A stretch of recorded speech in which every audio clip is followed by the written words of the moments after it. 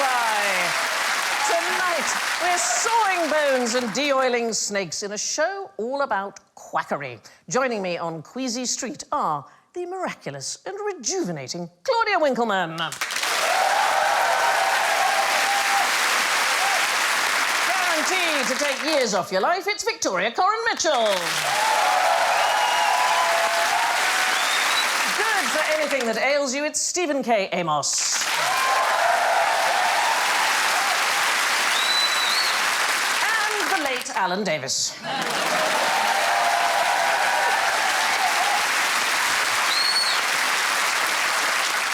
And their buzzers don't sound well at all. Claudia goes... Achoo! Wow. I like... Victoria goes... Oh! Literally dying. Stephen goes...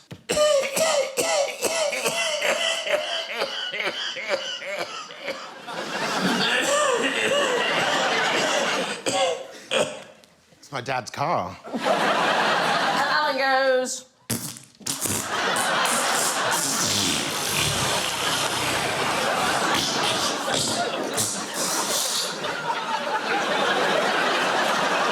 Anybody else feel the need for a mop?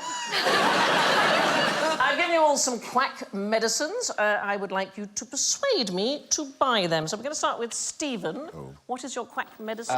It's a jar of Princess Lotus Blossom's Vital Spark. Marvellous. And what do you suppose it does? The lotus blossoms, of course, one of the most famous flowering flowers. I love a flowering flower.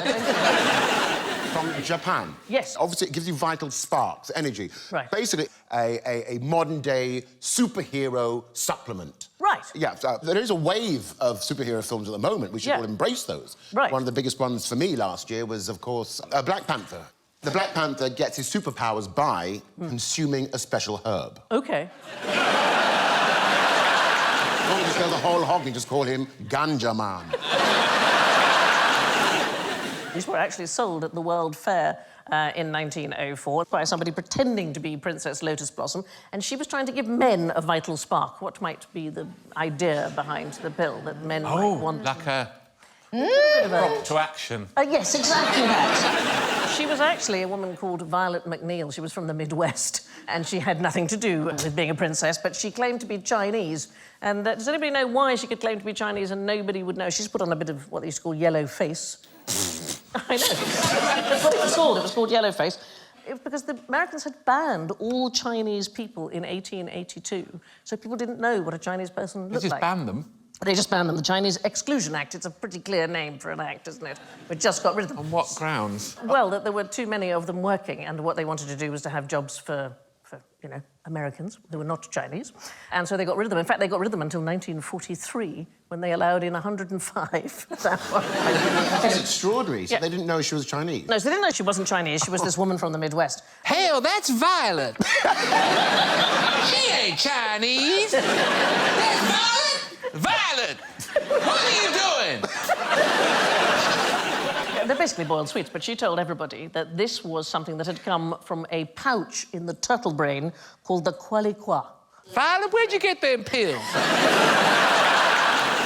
There it is, the Queasy Quacks. And she would say, a man who takes these pills will shout out, Pongwuki, which is, she claimed, Chinese for eureka.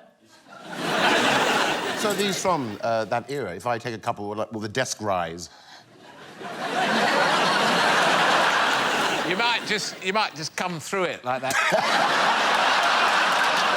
Tunneling thing, you know, in Thunderbirds.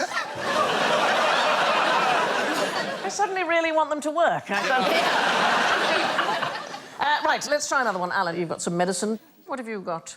Oh, well, it's Dr. Brinkley's Formula 1020. And what do you think's in it? I think something drawn from an animal of some sort, of bodily fluid. And then you add it to your own self. Cheaply priced. And almost odourless. Well... I'm describing myself well. It was a distillation of goat glands. Oh, for God's sake. What? Yeah. Well, it wasn't, actually. It was just coloured water. The temptation to fire it at the audience is almost...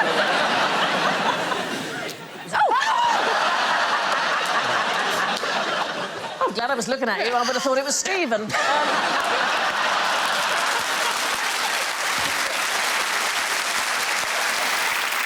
He promoted this as a distillation that would cure anything from emphysema to flatulence. What? Which is quite a range, isn't it, of Yes. diseases. So I was quite close. Cure anything, a cure-all. Yes, but he also looked part goat, I think. Yes, goatee. Yes, exactly. And goats were a big thing for him because after the coloured water, he thought something more significant is needed. And he started transplanting goats' testicles into men's scrotums. I said, wait a minute. Yeah. You can't put a goat's testicle into a man's scrotum. Well, as they discovered... And God knows I've tried. But He was the goat gland doctor, and you would select your goat, and the goat would then be castrated and the testicles inserted into the patient's scrotum. But no, that didn't happen. No, it did happen, and lots of people did it without checking whether he was medically qualified to do this. Were these people, were they maybe impotent and concerned whether they could or could not have kids? Aha!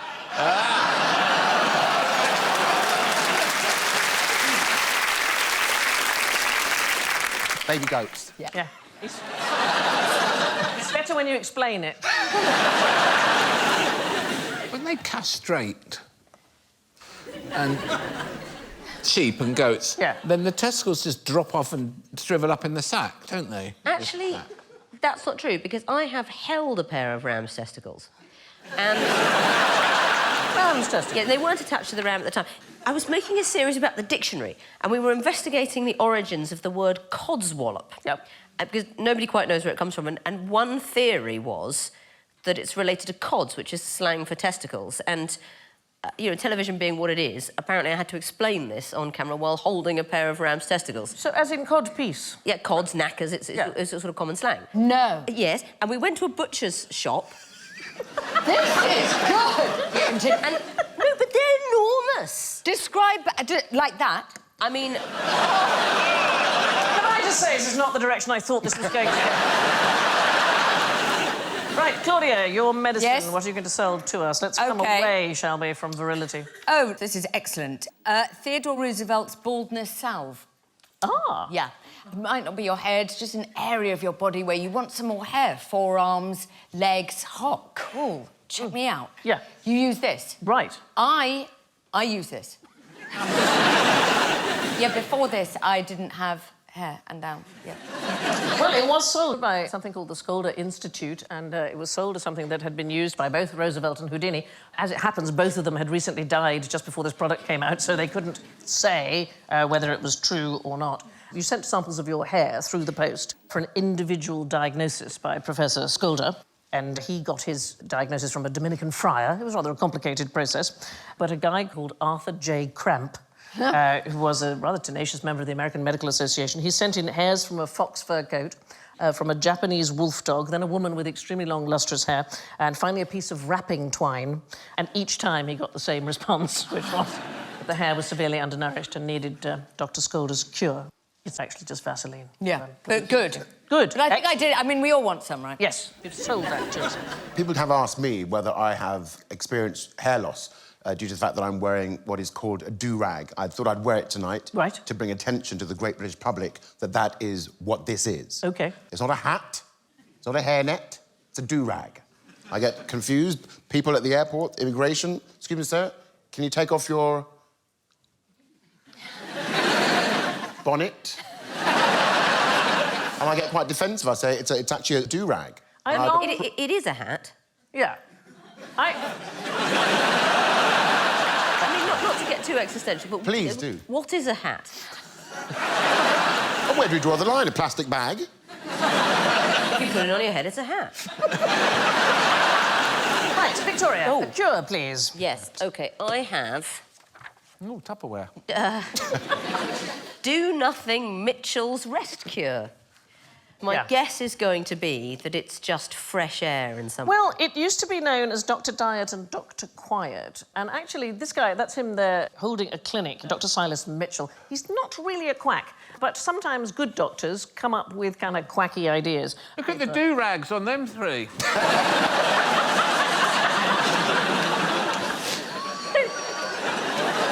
Said no one ever. I would say him, he's the father of neurology. But he also came up with this idea, women in particular, that it was incredibly good for them to lie down, do absolutely nothing for 6 weeks. And they were not allowed to do anything except be spoon-fed, maybe get up and go to the loo. They had to drink pint after pint of milk, and they were banned from reading and writing. So Virginia Woolf did the cure. Her doctor described it when she'd had a nervous breakdown. She writes about it in Mrs. Dalloway. Charlotte Gilman wrote The Yellow Wallpaper, which is a book about a woman going mad because of this rest cure, but it was particularly given to women, and it was thought that this would cure them of... I don't know, the hysterical idea that they wanted to work. Or read a book. Or read a book. Think of all the laundry that's mounted up after 6 weeks. But he was also a good doctor. He coined the term phantom limb syndrome. He, in fact, was the first reported case of something called Mitchell's disease. We've all been there. Right, this next question makes me all of a quiver. Why might you invest in a vibratory chair? Oh! Perfect noise for it. Because you're furnishing your vibratory? Oh! I want a vibratory. Yeah.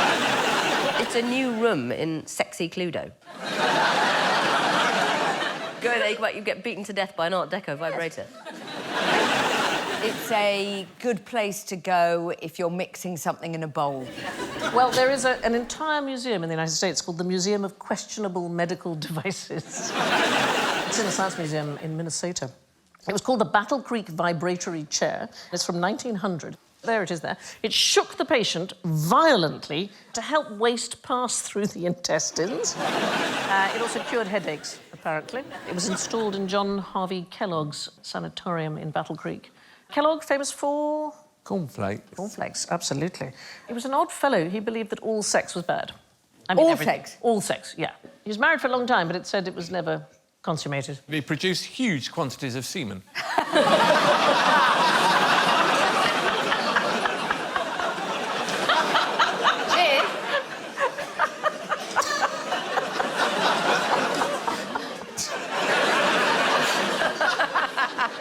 Oh, look at that now. I just shook this in my chair. There's also, in this Museum of Questionable Medical Devices, there's a 1970s foot-operated breast-enlarging pump. It looks completely... There it is. Yeah. What's that, so you can be discreet under the desk?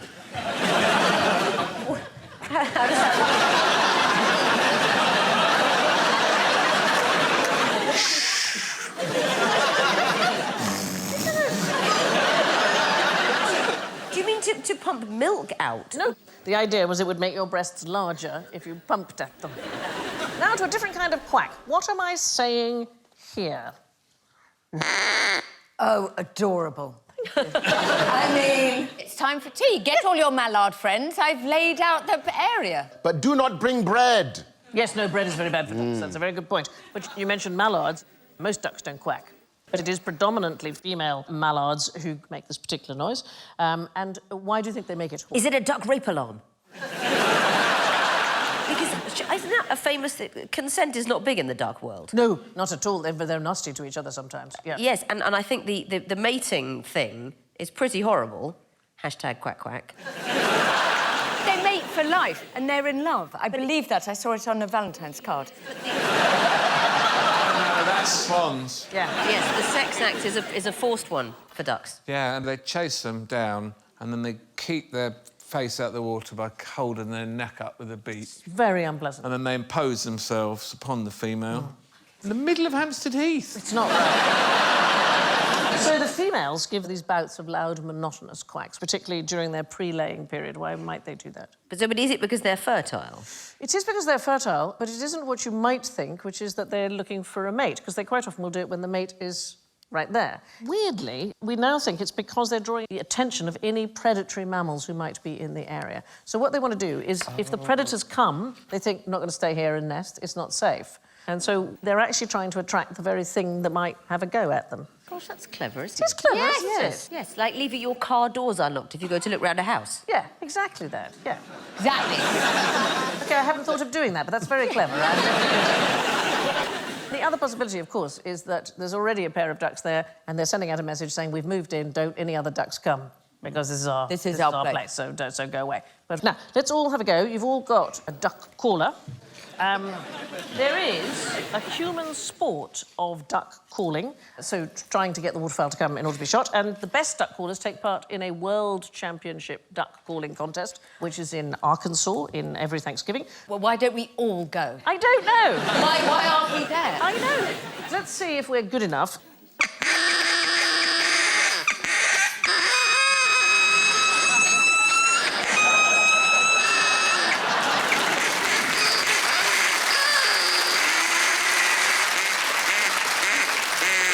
Victorian children used to make their bird callers by cutting the larynx from a recently dead goose. Yeah, and blowing through it. Oh, thank God television was invented. I know. Look at what they used to do if a child had no legs.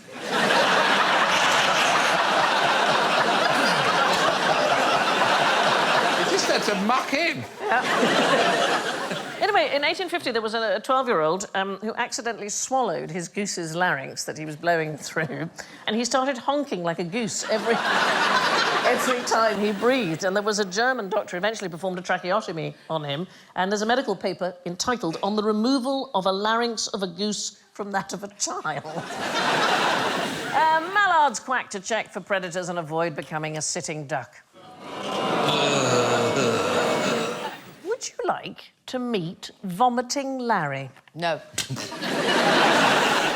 What? Have you got a thing about vomit? I'm just closing my eyes. You continue. No, we're not actually going to show vomit. We're just going to talk about it a lot. Oh, I thought somebody called Larry was just going to come here. It's going to be a volcano or some kind of weird beetle or something. It's not a volcano. It is a humanoid simulated vomiting system developed by UK's Health and Safety Laboratory in Derbyshire by researcher Dr. Kat Mackerson Booth. And there is Kat, and there is Vomiting Larry, right Hello. there. Sorry.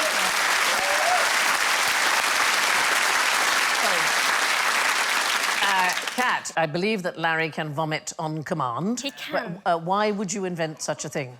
So we're looking at infection transmission, so we want to identify how far vomit spreads so that we can help clear it all back up again and prevent transmission of fluid. I kind of wish he was full there now so we could get Alan back for early. Yes, shooting it with goat gland. Presumably, I'm going to guess it's further than we think the little pool of vomit. Yeah, it'd kind of fill with all the droplets and splash most of this bit of the studio. No.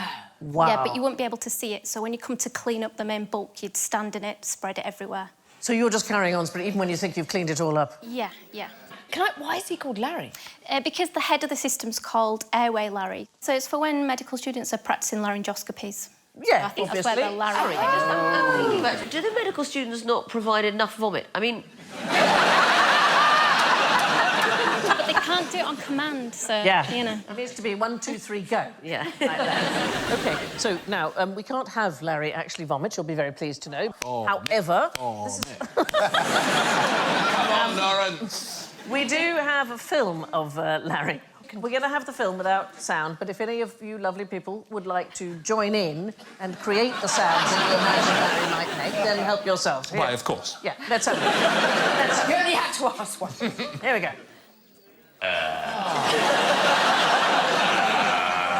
I'm dying.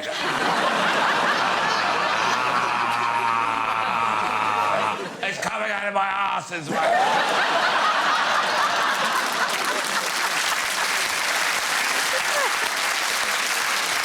You know when you're being... and you can't turn around quick enough because you know it's going to... Oh, no.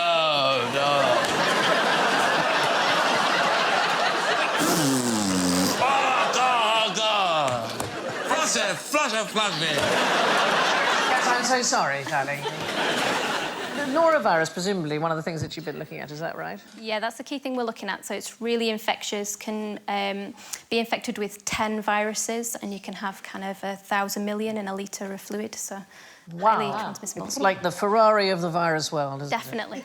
This is actually the norovirus here, isn't it? I mean, it looks like yeah. candied popcorn, but it's actually the norovirus. Yeah. Well, thank you so much for bringing Larry in. Dr. Kat Mackerson Booth.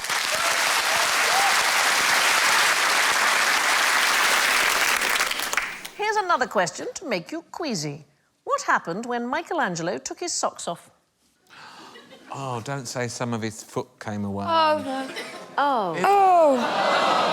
apparently he didn't wash, but his skin used to come off if he took his clothes off. So this is thought to be a portrait of him by Raphael. It's a sort of having a go at him. Raphael was a kind of a young buck, and Michelangelo was quite old by then. And he has Michelangelo playing Heraclitus, sort of the weeping, grumpy philosopher, because Michelangelo was incredibly grumpy. But according to Michelangelo's biographer, he wore stockings of dog skin constantly for months together, so that when he took them off, the skin of the leg often came away with them. I know. Actually, there's a really fascinating thing about Michelangelo that they've fairly recently discovered, that you can probably tell a Michelangelo sculpture. So if you take something like the Rothschild bronzes, there are 3 ways, in fact, the experts now say you can find that it's a Michelangelo. The first thing is that the first and second toes are splayed in the figure. He always depicts the abdomen as not having a 6-pack, but an 8-pack, and he gives his sculptures unruly pubic hair. And the suggestion is that one of his favourite models must have had all of those attributes, the toes and the 8-pack and the unruly pubic hair. I wouldn't say that's unruly. Well, it's not had a comb, has it? I like that that's now what we're all looking at. Yeah. It was what we were all looking at anyway. What, the milk tray man's let himself go? Alan, why might I siphon 4 gallons of gas up your bottom?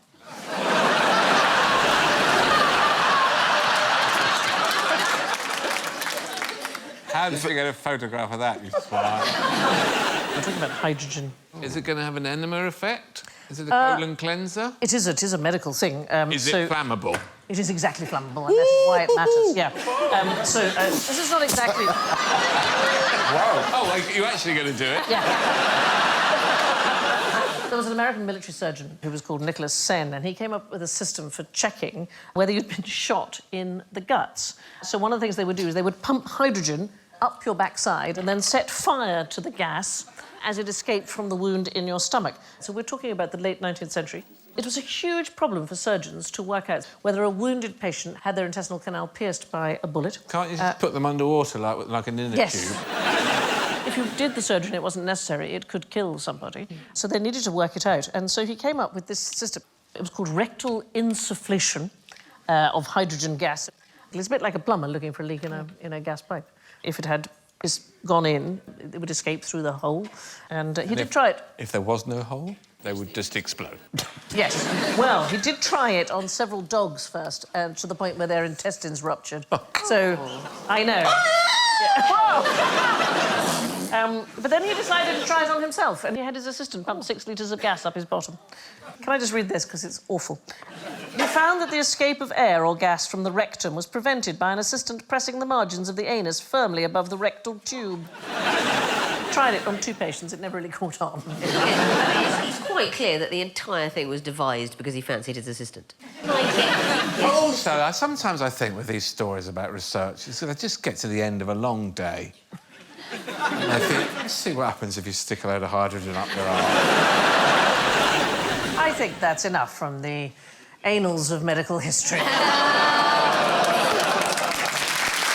to move on to that sick puppy that is general ignorance. So tell me, what's the technical name of the first patient in a disease outbreak? Keith. Oh, the audience will know. What is it? Patient 0.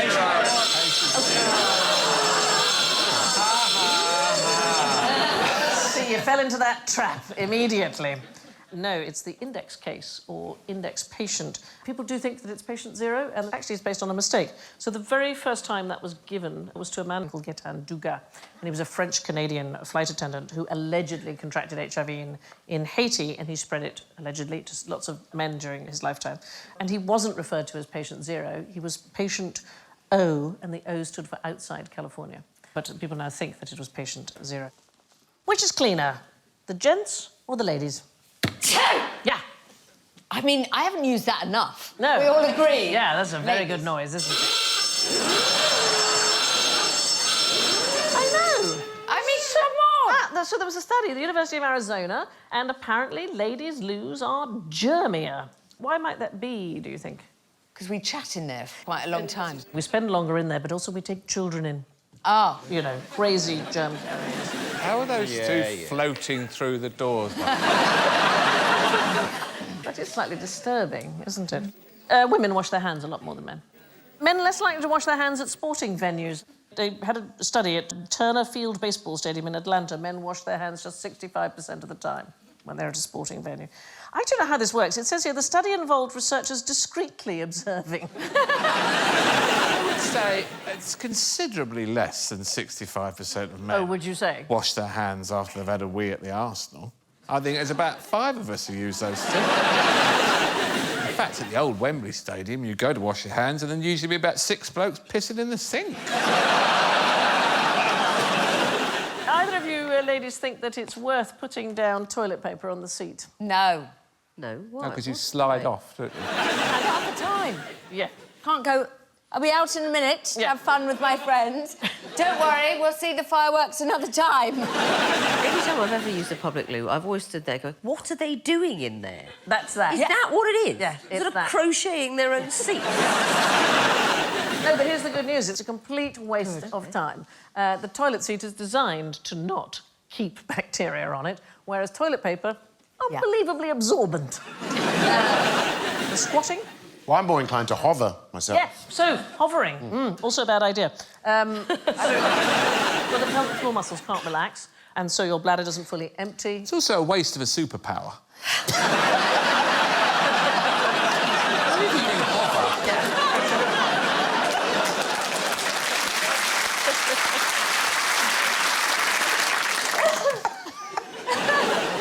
Turns out that the gentlemen's lavs are cleaner than the ladies', despite the smell.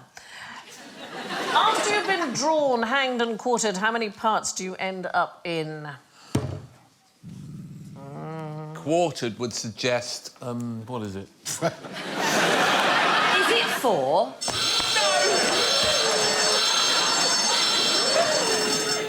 5. It is 5. Why is it 5? So they put your head somewhere else? Head, yeah, absolutely. So it's your head plus the 4 quarters of your body. What used to happen sometimes is that the various body parts could be spread all over the country. So William Wallace, after his execution, his 4 quarters were sent to Newcastle, Berwick, Perth and Stirling, but his head remained on London Bridge.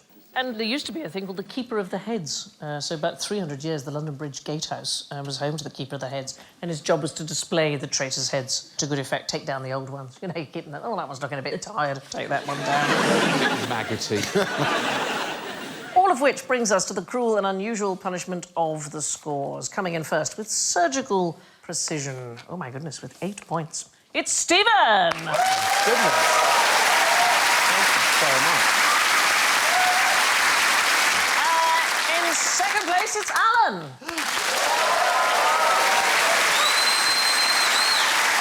7 actual points. And in third place with -5, Victoria. -6, it's Claudia.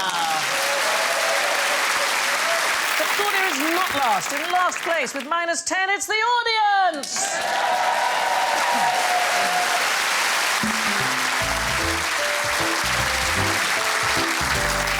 Which means I only have to thank Claudia, Stephen, Victoria and Alan, and I leave you with this quirky quotation from George Carlin.